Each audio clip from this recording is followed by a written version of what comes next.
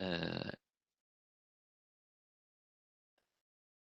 voilà, bon, bonjour à toutes et à tous. Donc le programme de ce webinaire de lancement, de la campagne, des campagnes ENC 2022 et classique. On va faire le retour, traditionnel, sur l'échantillon de l'année, passée. On va procéder aux éléments, de la campagne 2022, l'échantillon et les nouveautés. Sans spoiler la suite, vous verrez que les nouveautés, il y en a peu cette année, ce qui devrait être une bonne chose pour tout le monde. Donc, Ah, alors ça y est. j'arrive à tout coupez bien vos micros s'il vous plaît, merci beaucoup. Donc au titre de l'année 2021, donc on va vous faire un retour, sur 3 thèmes, l'échantillon, donc et également les établissements intégrés, mais aussi, le classeur fusionné, ce qu'il en est, ce qui s'est passé, un rapide bilan sur le, hem, classeur fusionné. Donc coupez bien, vos micros, je suis désolé, parce que si on a eu des problèmes techniques, donc coupez bien vos micros pour qu'il n'y ait pas trop de larcène. Niveau échantillon, on va passer en revue les 3 échantillons. Côté MCO, l'année 2021 et d'ailleurs l'année 2022, vous le verrez, est une année avec de pas mal de nouveaux établissements, sur la ligne de départ. Et donc on a, l'année s'est terminée avec 94 participants et 92 établissements intégrés. C'est le plus gros score, on va dire, depuis le début de l'ENC-MCO en termes d'établissements intégrés. Donc, bravo à toutes et à tous. Là, je vous laisse prendre connaissance, voilà. Alors le diaporama vous sera adressé, je ne l'ai pas dit, bien évidemment, il sera mis en ligne, de même que cet enregistrement vidéo sera mis en ligne dans les jours qui suivent, ce webinaire. Donc 2 établissements non intégrés côté ENC MCO. Alors si pas passer.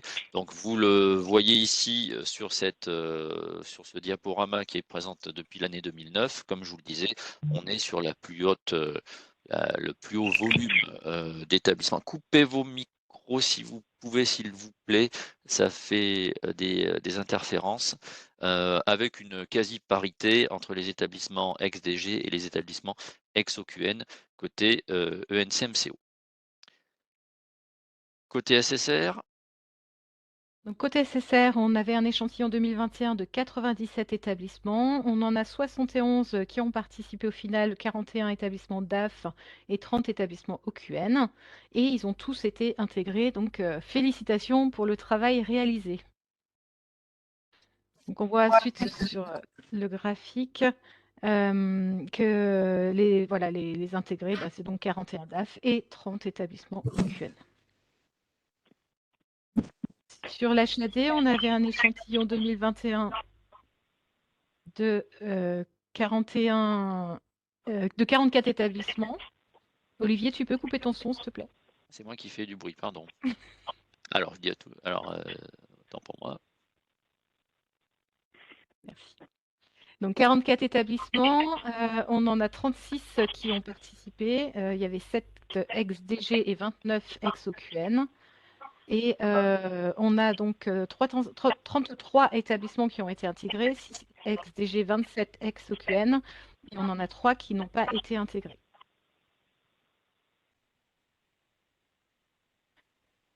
Donc voilà, on revoit effectivement le graphique. Et alors, c'est un hasard, mais c'est strictement le même nombre d'intégrés entre 2020 et 2021, statut par statut.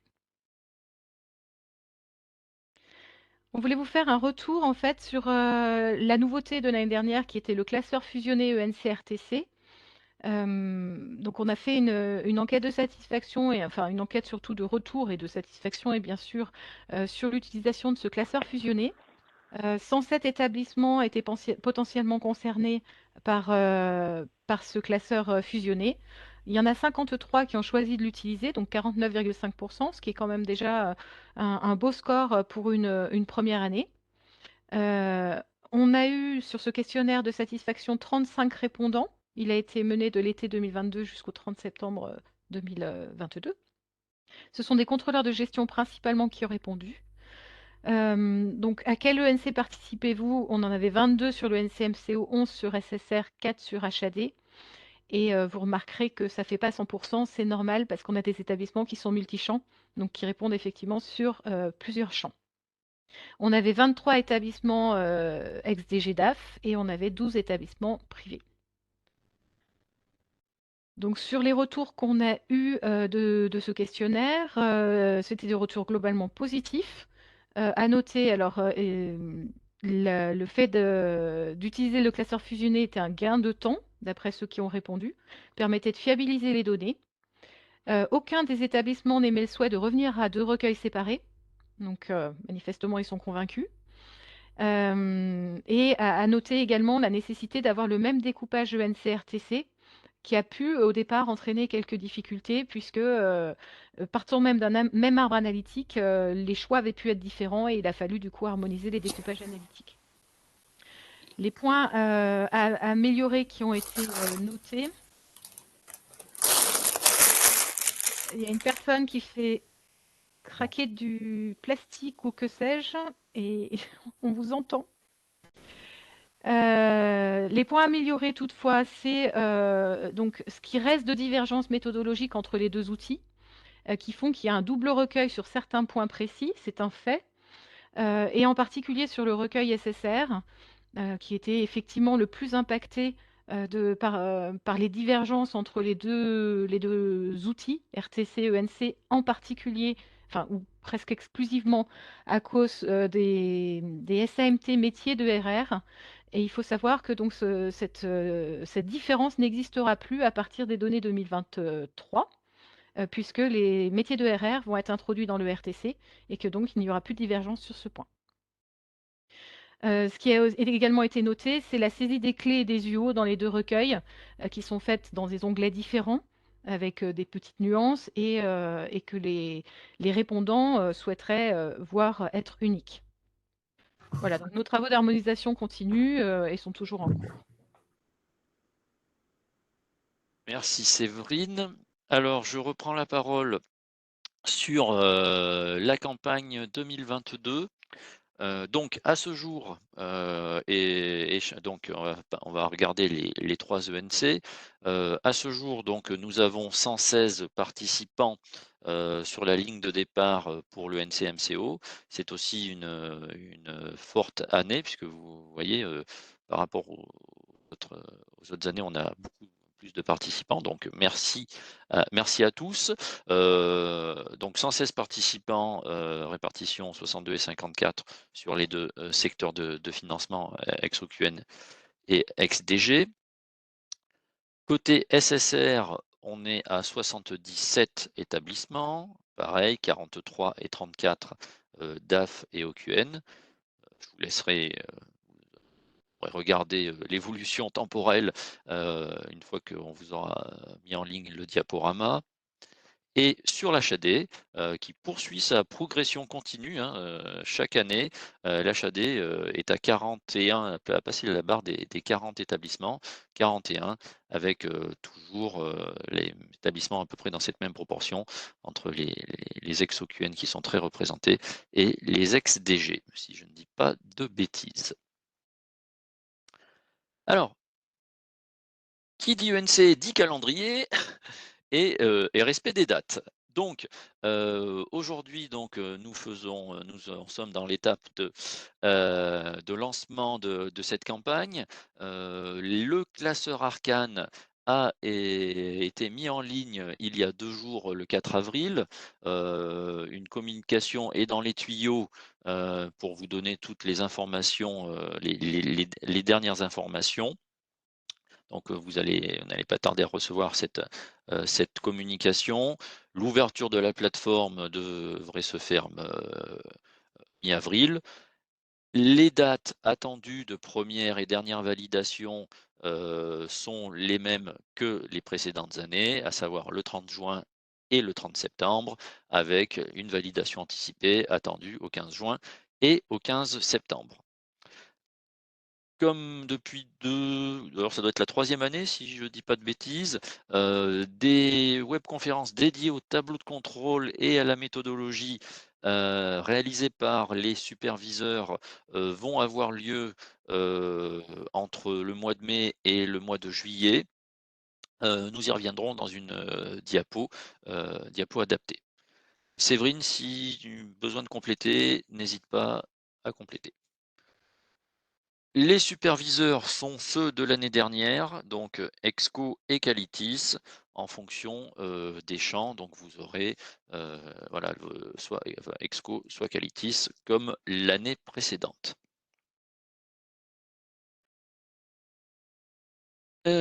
Alors concernant, les nouveautés de la campagne. Donc comme je vous le disais précédemment, nous sommes en train de fixer avec, les superviseurs les dates pour chacun des 3 webinaires. Alors pour ceux qui ne connaissent pas l'ENC, car il y a aussi des nouveaux, sur chacun des champs, c'est dur à dire. Ces 3 webinaires donc, vont avoir lieu, à peu près tous les mois, mai, juin, juillet, pour vous permettre, donc voilà de prendre la main, de prendre connaissance, sur les tableaux de contrôle avec l'essentiel des TDC, sur le webinaire 1. On pousse un peu plus l'analyse avec les résultats des TDC sur le webinaire 2 et sur les principales erreurs méthodologiques, les atypies et comment les résoudre. Ce sera l'objet, du webinaire 3. Alors évidemment, vous serez invité, à chacun de ces webinaires. Nous avons rajouté en bas de cette diapo, un rappel, sur le fait que nous avons, beaucoup de tutoriels, hein, maintenant, dédiés à l'ENC. Et donc sur la page, alors je ne sais pas si avec ma souris on voit, sur cette page ici, heu, on a, mis, depuis, alors des tutoriels qui ont été fabriqués, pendant l'été dernier, mais pas que, qui vous présentent l'ENC, qui expliquent phase par phase. Donc il y a un tutoriel pour la phase 2, un pour la phase 3. Alors toutes les phases n'y sont pas encore, ça va venir, mais vous avez, des tutoriels qui sont là-dessus. Et pour, ceux qui n'ont pas encore franchi le pas et qui sont éligibles au classeur fusionné, voilà, on a aussi, des informations sur la page 2021 de chacune des campagnes. Donc n'hésitez pas, ceux qui n'ont pas fait le classeur fusionné et qui souhaiteraient le faire, à aller sur cette page 2021 et toutes et tous, si vous en avez le besoin, vous êtes, pour quelques piqûres de rappel que ce soit, à consulter ces tutoriels vidéo.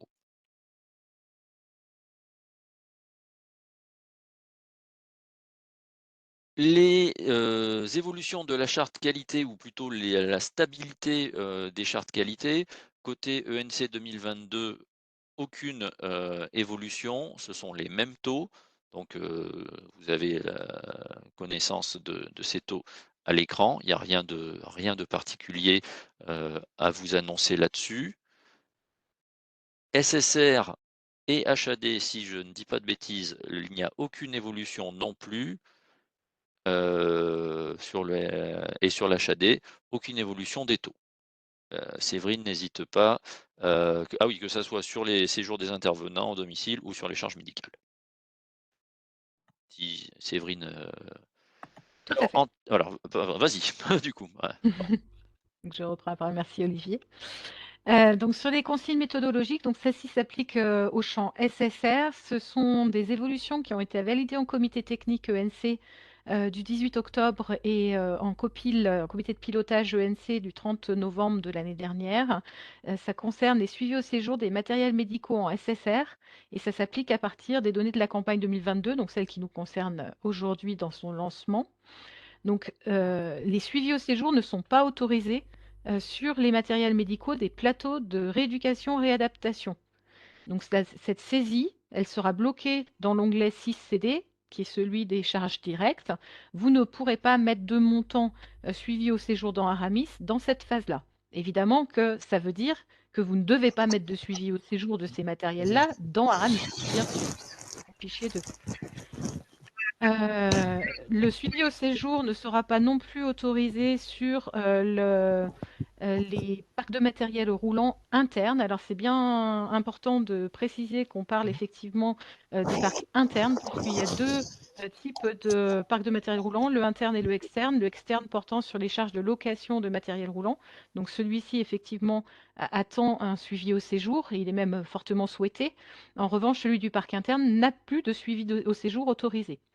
Donc pareil, alors pareil, non, justement dans la phase 6 CD, donc l'onglet Arcane 6, la saisie ne sera pas bloquée parce que c'est le même type de SA pour le parc externe et pour le parc interne. Or, pour le parc externe, on attend des montants suivis au séjour dans Aramis et donc le report de ces montants dans cette section-là.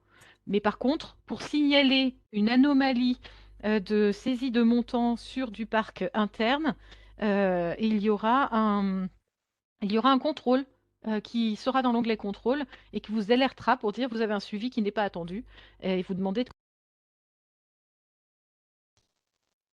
Tu m'as coupé le caca, Olivier. Euh, et ce même contrôle sera répété évidemment dans le tableau de contrôle qui reprend la synthèse des contrôles d'Arcane et qui se trouve dans les tableaux 1, les tableaux de contrôle 1. Alors pourquoi est-ce qu'on a fait ça? C'est parce que vos matériels des plateaux de RR, ils sont par nature le fondement même de ce qui constitue votre plateau de RR. De la même façon que vous n'allez pas suivre au séjour votre matériel d'imagerie ou d'échographie, vous le suivez par des UO, le matériel des plateaux de RR est suivi par des minutes qui sont recueillies dans le fichier 11 Aramis. Vous avez des minutes d'utilisation du plateau et ce sont ces minutes qui répartissent les charges sur les séjours.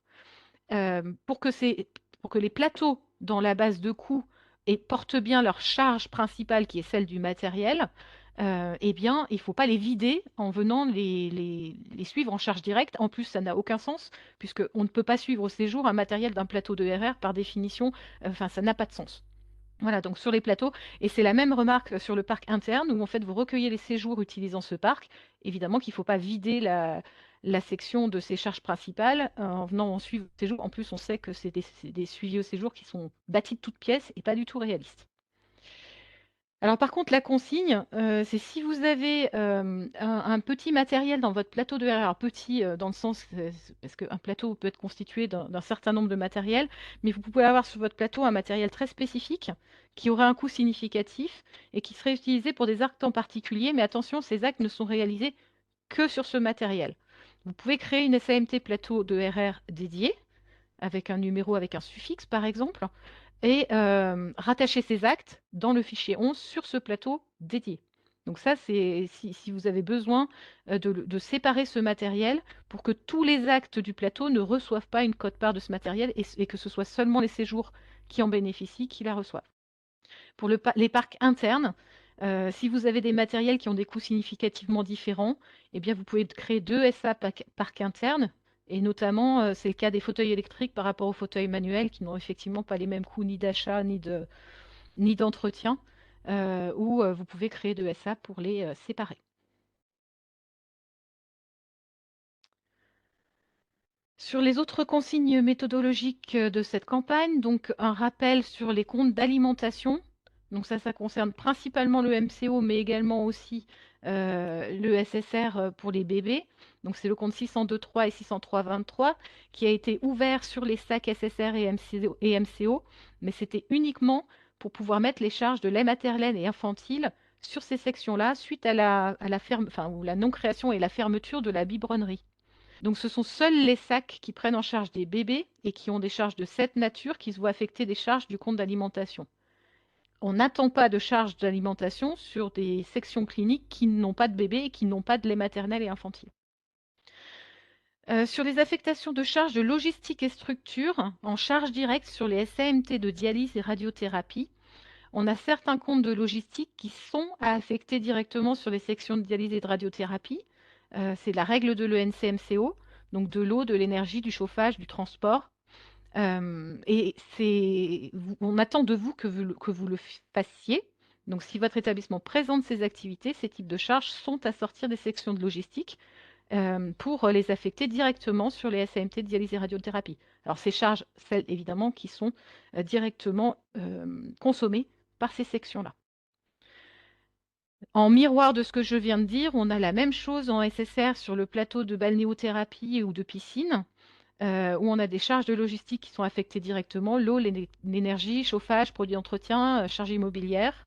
Et pareil, si vous avez une piscine ou une balnéo, on attend que vous mettiez les charges directement consommées par ces plateaux-là sur les SAMT concernés.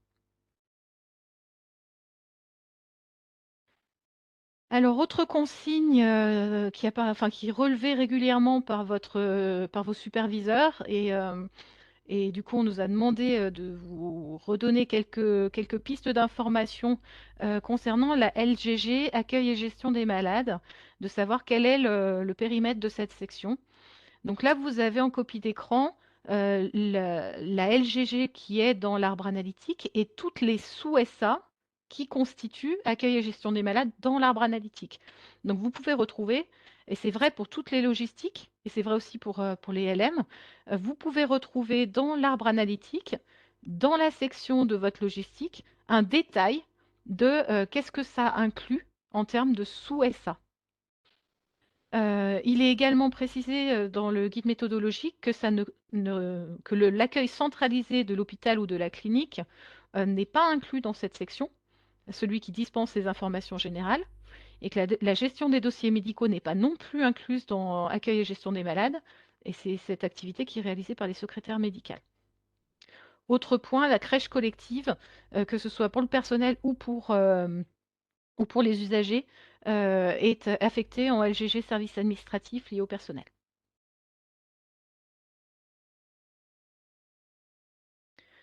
Alors, autre consigne qui concerne les comptes 652. Alors, il y en a plusieurs et ce sont celles qui se finissent par M qui sont donc à structure médicale. Donc, ce sont les GIP, GIE, GCS et autres structures, mais la partie médicale. Donc, ces comptes, ils sont ouverts en affectation en 3SA sur les SAC MCO SSR et sur l'HAD. Mais dans le cadre de l'ENC, on n'attend pas d'affectation de ces comptes sur les sections. Parce que, et vous avez dû voir avec vos superviseurs, quand vous avez des groupements et que vous avez ce montant qui se retrouve dans ce compte-là, quand c'est à caractère médical, il vous est demandé de retraiter le montant pour l'éclater entre les différentes natures de charges, de façon à ce que la valorisation des séjours soit faite sur les bons postes de charge dans l'ENC. Donc, c'est pas interdit parce que dans le RTC, ça n'est pas interdit.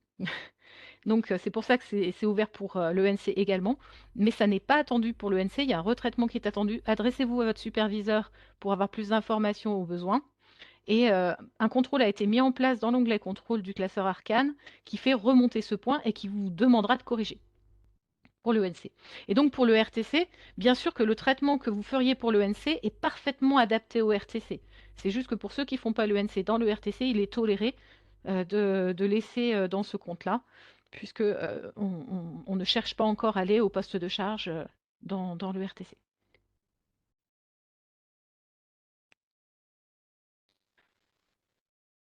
Sur les explications des atypies, donc vous avez dans chacune des ENC des fichiers d'atypies qui vous sont donnés et sur lesquels on attend des explications de votre part et également de la part du superviseur. Alors on voulait insister sur une chose, on sait qu'il y a eu de l'inflation, évidemment l'année 2022 a été fortement impactée par de l'inflation, mais on voulait quand même vous signaler que ça ne peut pas être la seule explication des atypies d'évolution des coûts unitaires entre 2022 et 2021, ou par rapport à la référence ENC, sachant que nous, les taux d'atypie qu'on retient sont des taux d'atypie de minimum 30% et de même 50% par rapport à la référence.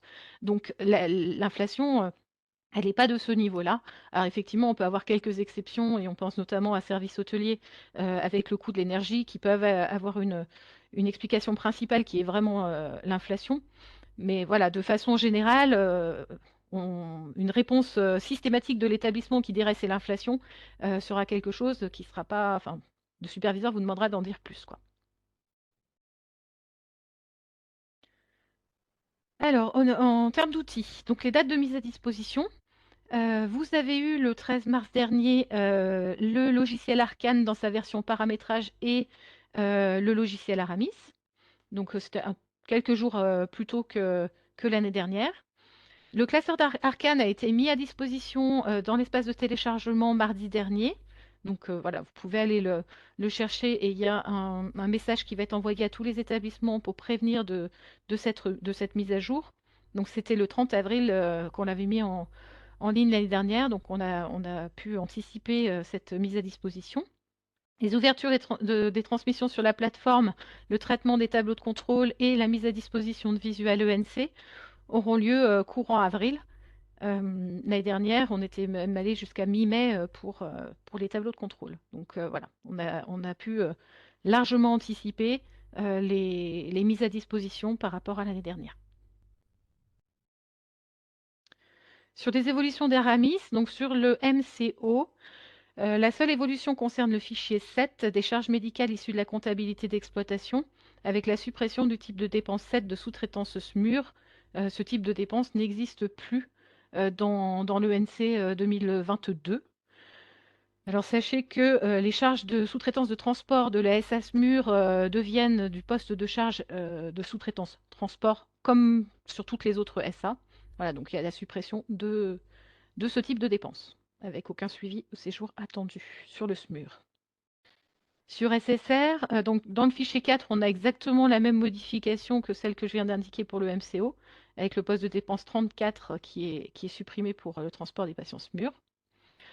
Le fichier 11 de consommation des minutes des SAMT plateau de RR et des SAMT métiers de RR. On a supprimé le champ code modulateur de patient numéro 2. Il a été supprimé dans le PMSI, donc on s'est totalement aligné sur le PMSI. Et on a ajouté le code modulateur de technicité qui a été ajouté au PMSI 2022 à partir de... Alors, plus précisément, le code modulateur de patient numéro 2 a disparu du PMSI à partir de M3, mais comme il n'était jamais alimenté dans le M1 et M2, on a supprimé le champ pour la totalité de l'année. Le modulateur de technicité, il a été mis en service, si on peut dire, à partir du M3 2022. Il est donc ajouté au fichier 11 et attendu conformément à votre PMSI. Alors, à noter pour Aramis SSR 2023, alors on en a fait la communication au mois de décembre et on l'a mis sur la page ENC SSR 2023. Mais il semblerait que l'information ne soit pas forcément bien passée auprès de tout le monde. Donc on vous rappelle que sur les cotations CIPS, il y a eu une modification en 2023 avec l'ajout de la cotation à 0 points. Donc on a donc 0, 1, 4, 10, 20 qui sont autorisés. Donc le 0 est en plus. Ce 0 étant autorisé en base, en technique et en relationnel. Euh, Évidemment que ça porte sur l'HDJ, puisque en HC, il est quand même assez marginal de ne pas avoir de soins d'une des catégories. Après, rien n'est exclu, donc ce seront des atypies qui seront forcément signalés dans des tableaux de contrôle pour aller vérifier qu'il n'y a pas d'anomalie. Alors sachez qu'on a informé vos éditeurs au mois de novembre dernier. On leur a indiqué cette évolution et on leur a demandé de ne plus utiliser le 0 comme valeur par défaut en cas de non-saisie des CIPS. Donc vérifiez quand même. Alors déjà, j'espère que vous le saviez. À défaut de le savoir, que vous allez le mettre en œuvre maintenant. Et vérifiez quand même bien avec vos éditeurs que l'information qu'on leur a donnée a bien été mise en œuvre, qu'on vous autorise le 0 et qu'il n'est pas utilisé comme valeur par défaut en cas de non-saisie. Enfin, donc sur Aramis HAD, pas d'évolution. Merci Séverine. Je reprends la parole donc sur l'arbre analytique. Là aussi, il n'y a pas non plus de grosses évolutions, en tout cas sur ce qui nous concerne ici, MCO, SSR et HAD. Donc sur le MCO, la principale évolution concerne le transfert d'un certain nombre de MIG, je crois une bonne vingtaine, d'activités donc qui figuraient dans l'arrêté MIG précédemment et qui ont disparu de l'arrêté MIG, mais ces activités persistent, pour autant et donc qui ont été basculées en activités spécifiques MCO, donc avec leur même code, MIG, simplement elles ont changé de tête de chapitre, dans l'ENC puisque le chapitre MIG MCO se fait référence, strictement à l'arrêté MIG. On va retrouver, donc la réouverture de la SAMT, 932-43, bloc gynéco-obs qui avait été, supprimée, précédemment en demandant une scission entre gynéco et en obstétrique. Vos retours nous ont, nous ont en nous demandant de la remettre parce qu'elle c'était voilà trop fin comme découpage. Donc on vous a écouté et donc on a réouvert cette section, bloc gynéco-obs. Les MIG en tant que tels, j'en parlais précédemment, les MIG en tant que tels, on a 2 nouvelles, MIG. Alors la D28, qui concerne, je lis mon papier, oui, les programmes de recherche en maladies, infectieuses et la T05, qui est une, MIG, concernant alors que le libellé c'est, engagement maternité-volet hébergement qui concerne les prises en charge de mères isolées, de mères dans des secteurs isolés, un territoire isolé, voilà. Et puis on a des sections hors études, donc 2 sections hors études, services d'accès aux soins et centre de vaccination hors Covid-19. Côté, découpage analytique du SSR, on a la suppression, du métier de RR neuropsychorééducateur, qui n'est plus utilisable depuis le M3 2021. Donc à ce titre, voilà la section a disparu.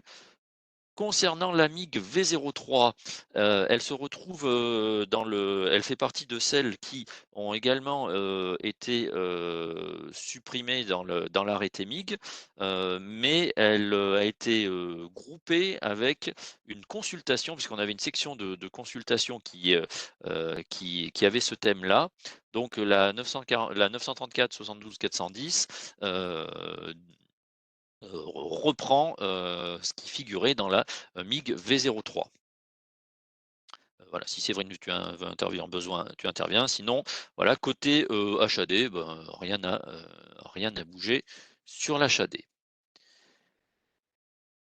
Le plan comptable et les règles d'affectation, donc les règles d'affectation, alors on n'a aucune évolution majeure.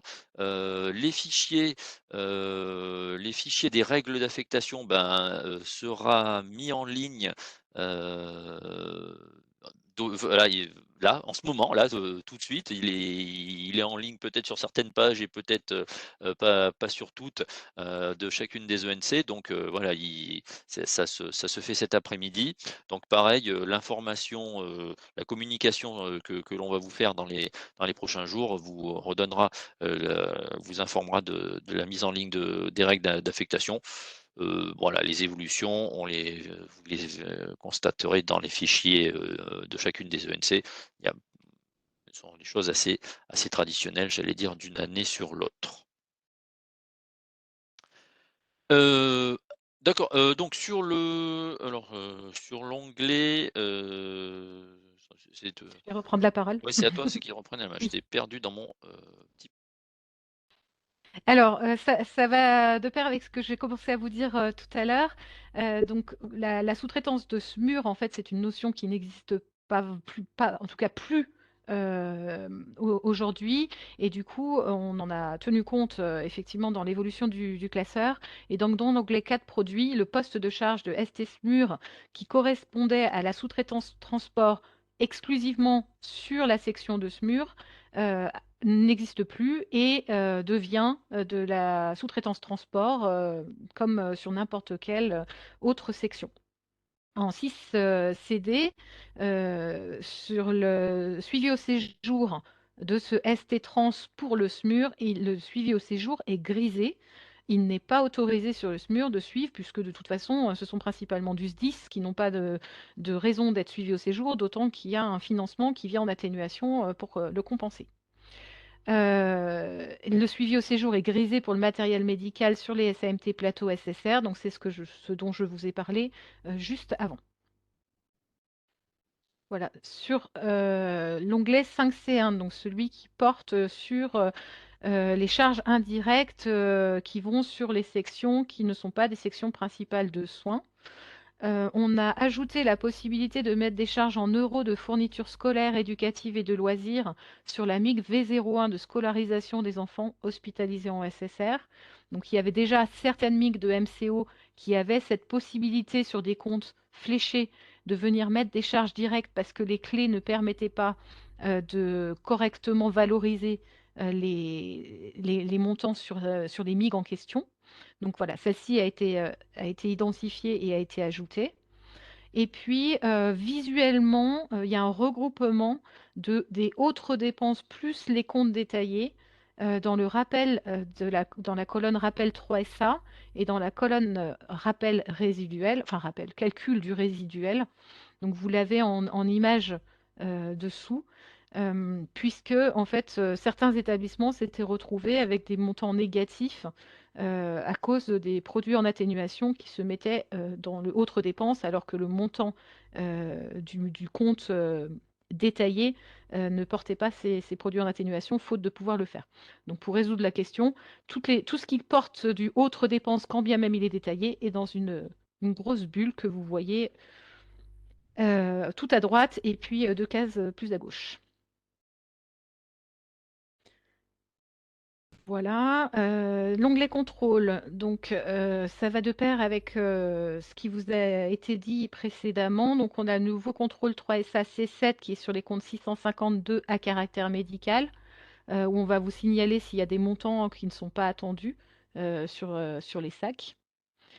Le 5C1, je ne vous en avais pas encore parlé, mais il y aura un contrôle qui indique s'il y a des marges négatives sur certaines sections pour alerter. Et le 6CD, donc le C4 SSR, c'est celui concernant les parcs de matériel roulant interne. Si vous mettez des suivis au séjour de matériel médicaux, ça sera signalé ici comme à corriger. Voilà pour les nouveautés du classeur. Les autres onglets non cités n'ont pas eu d'évolution. Donc ensuite, c'est moi qui continue, Olivier. Oui, il me semble. Donc, sur le tableau, dans l'évolution des tableaux de contrôle, donc certains sont touchants.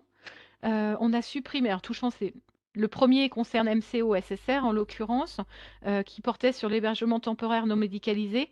Et en fait, ce tableau portait sur l'expérimentation. Cette expérimentation n'existe plus, donc le tableau a été supprimé. La SA existe bien sûr toujours, hein, c'est juste le tableau de contrôle qui était lié à l'expérimentation qui est supprimé.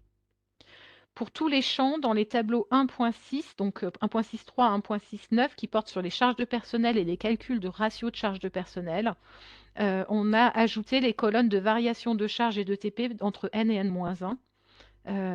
Voilà, vous avez en image, alors c'est probablement un peu petit, mais vous l'aurez dans le support qu'on va vous transmettre. L'information qui a été ajoutée, ce sont les 4 dernières colonnes, les premières étant les mêmes avec les montants, les ETP et les calculs de ratio et d'évolution de ratio. Sur les tableaux communs MCO et SSR, dans les tableaux 5.7 et 6.8, qui sont l'aide à l'analyse des coûts journaliers à partir des autres charges et charges de LM, donc respectivement pour les tableaux 5 pour les SAC et pour les tableaux 6 pour les SAMT, le code de charge ST-SMUR, il n'existe plus en 2022, il devient ST-Trans, et de manière à pouvoir comparer N et N-1, pour les données N-1, on a regroupé le ST-SMUR dans le ST-Trans, comme ça il y a une comparabilité entre les 2 années. Ensuite, dans les évolutions qui sont communes au MCO et au SSR, les référentiels de coûts de MCO et de SSR ne seront pas disponibles dans un délai qui sera satisfaisant pour pouvoir faire les travaux de l'ENC 2022, enfin pour les tableaux de contrôle de l'ENC 2022 plus précisément. Donc, on remplace le référentiel ENC par la référence ENC. Cette référence, elle est calculée à partir de la moyenne des coûts bruts 2021, avec une référence par statut de l'établissement et par GHM ou GME selon le champ dans lequel on est. Et les extrêmes sont exclus du calcul. Il n'y a que les GHM de plus de 30 séjours en MCO et les GME de plus de 30 RHA en SSR qui sont pris en compte. Pour le MCO, on a le remplacement de la durée moyenne de séjour nationale par la DMS-ENC. Donc c'est une calcul sur la même modalité que la référence de coût du GHM, donc moyenne des DMS retraités des extrêmes. Et puis pour les deux champs, la suppression de la notion d'indicateur de fiabilité qui existait dans le référentiel, qui est remplacée par la mise en surbrillance en orange, du coup, lorsque le nombre d'observations dans l'ENC est inférieur ou égal à 3 établissements. Donc pour alerter sur le fait qu'on a une observation plutôt faible. Voilà, donc quand vous aurez... Là, on est bien sur les tableaux. Tu peux revenir en arrière, s'il te plaît, juste un cran. On est bien sur les tableaux de contrôle 11 du MCO et 12 de SSR qui vient regarder les coûts des GME et des GHM. Alors, autre tableau commun MCO-SSR qui évolue, c'est un nouveau tableau qui est ajouté. Alors, c'est le 12.8 en MCO, c'est le 13.8 en SSR, c'est le même tableau. C'est un tableau sur les consultations d'aide à l'analyse des coûts unitaires à partir du nombre de consultations par ETPR. Donc, il a été ajouté avec les données N et N-1 et il permet d'aller regarder en fait par rapport aux ETPR que vous avez renseignés sur chacune des SA de consultation et par catégorie de personnel un coût unitaire par c'est pas pardon, un nombre de consultations par ETPR. Oui. Donc on prend les nombres du haut consultation que vous avez renseigné en 1DA et on prend le nombre de TPR de la catégorie et on fait un nombre de consultations moyen par ETPR pour chacune des catégories. Merci Séverine. Côté MCO, deux tableaux de nouveau ou deux évolutions dans les tableaux de contrôle, donc sur cette diapo et sur la diapo suivante. Le 2.5 donc qui vous donne la répartition du montant de la phase 4, comme vous le voyez à l'écran, donc en colonne, on a ajouté en lien avec ces histoires de consultation, donc le pourcentage des charges de phase 4 d'Arcane qui sera affecté aux consultations. Donc c'est si vous voyez ma souris ou si la partie jaune du tableau, c'est cette colonne là qui est en plus, donc qui va permettre d'avoir la complétude avec les SAMT et maintenant les consultations MCO. Et en type de dépense, on a ajouté, alors il n'a pas été mis en surbrillance en jaune, mais on a ajouté aussi le type de dépense de l'activité libérale, de la rémunération à l'acte des praticiens. Le tableau, donc ça c'est le premier tableau. Le deuxième tableau ajouté, c'est un tableau 7, donc dédié à la dialyse, qui est très spécifique. Eu égard qui permet de vérifier le nombre de séances que l'on a dans le fichier 2, enfin le nombre de séjours avec 0 séance. Puisque en fait, ce tableau a été créé à l'issue d'un cas de figure qui a été rencontré durant la campagne 2021, et donc pour en faire bénéficier l'ensemble des établissements de dialyse. Donc ce tableau vous permettra à tous de vérifier qu'il n'y a pas d'incohérence sur le nombre de séances dans le fichier 2. Voilà. Donc là, vos superviseurs sont largement au courant. Voilà, ce tableau a été fait avec eux également. Donc ce cas de figure est connu de vos superviseurs également. Sur l'HAD, Séverine. Donc on a l'ajout d'un document neuf d'ATIPI, c'est celui d'analyse des SA de LM, donc logistique médicale et logistique et gestion générale en ATIPI. On ajoute les SA de N qui sont rattachés à une SA de N-1 qui ne portent pas le même numéro de SA comme en SSR et en MCO. Donc quand on a des changements dans l'arbre analytique, voilà, ça sera géré. C'est un fichier d'ATIPI qui attendra des explications de votre part, donc il va venir cibler les évolutions importantes entre N et N-1 ou entre N et la référence. Donc c'est des fichiers qui existent déjà en MCO et en SSR Et sachez que sur MCO SSR, on a ajouté les colonnes nature de clés de N et de N-1, voilà, qui du coup sont dans le tableau HAD et qui seront en évolution sur le tableau MCO et SSR. Enfin, le fichier d'ailleurs, MCO SSR. Donc ensuite, autre tableau qui évolue, c'est le 2.8 d'HAD, qui était le suivi des médecins traitants et qui devient vérification de cohérence entre l'onglet 2 ONO d'Arcane et le fichier 4 et 4 bis d'Aramis. Donc il ne se limite plus aux médecins traitants, mais il ajoute également les charges à caractère médical par compte de tiers, donc tout ce qui peut être déclaré dans l'onglet 2 ONO, pour venir comparer entre Arcane et Aramis.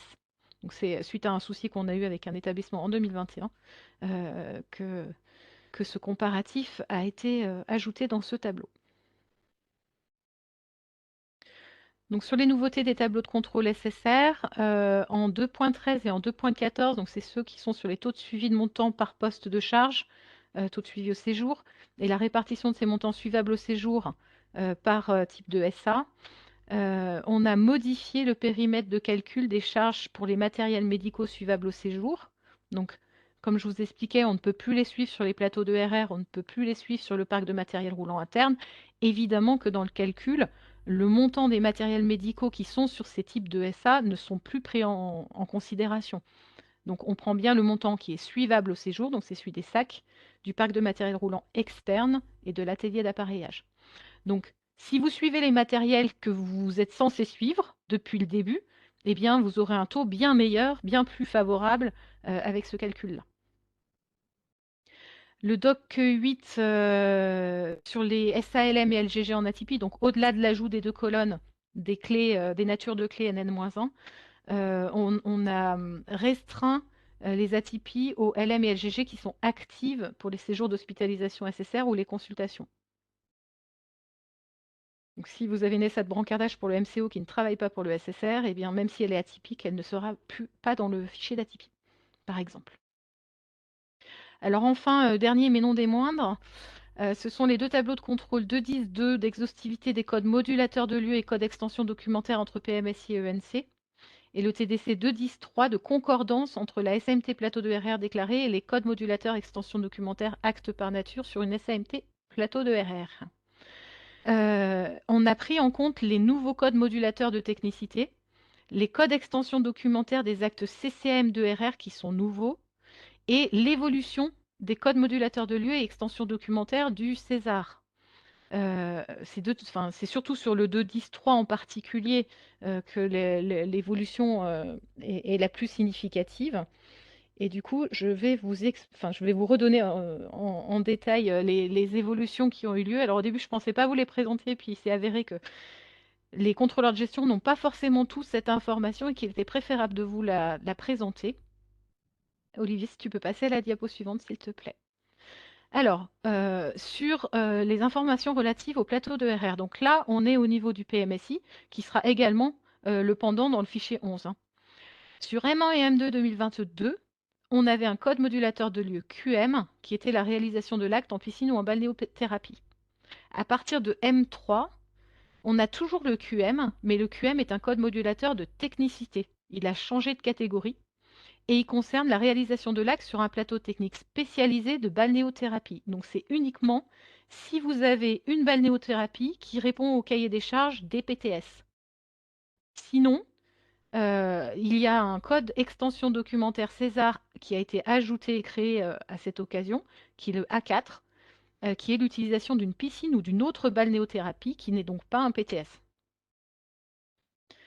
Donc voilà, alors celui-là est en plus à la confusion d'avoir deux fois le QM dans un endroit différent et en fonction du calendrier, mais vous avez cette évolution qui a eu lieu.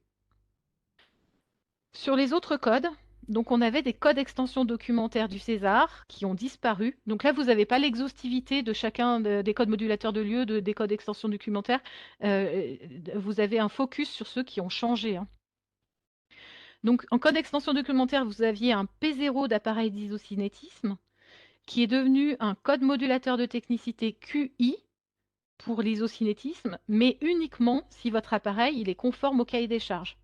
Si vous avez un appareil d'isocinétisme qui n'est pas conforme au cahier des charges des PTS, il n'a plus du tout de codage à partir de M3 2022. Pareil pour l'assistance robotisée de la marche. Si vous êtes avec un PTS, ça deviendra un modulateur de technicité QF. Sinon, vous perdez l'information, il n'y a plus aucun codage de ce plateau-là. Et on aura la même chose sur les membres, l'assistance des membres supérieurs, sur le laboratoire d'analyse de la marche et du mouvement, sur le simulateur de conduite automobile et véhicules adaptés pour personnes à mobilité réduite. Tout cela sont dans ce cas-là. Alors, si vous avez un PTS, vous continuez à les coder. Si vous n'avez pas de PTS, vous n'en avez plus du tout.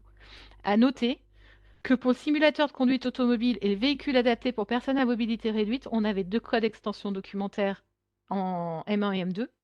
Et on n'a plus qu'un seul code modulateur de technicité en M3 et M12.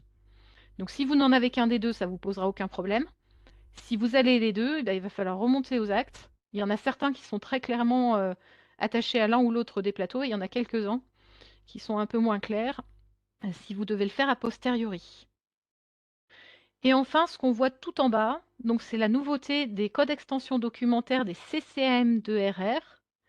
Donc c'est un champ un champ de code extension documentaire que maintenant, sur certains actes dont il y a une liste fermée, le code extension documentaire est obligatoire. Et ce code, c'est soit un P0 s'il n'y a pas d'utilisation de PTS conforme au cahier des charges, et c'est le P1 s'il y a une utilisation de PTS qui est conforme au cahier des charges.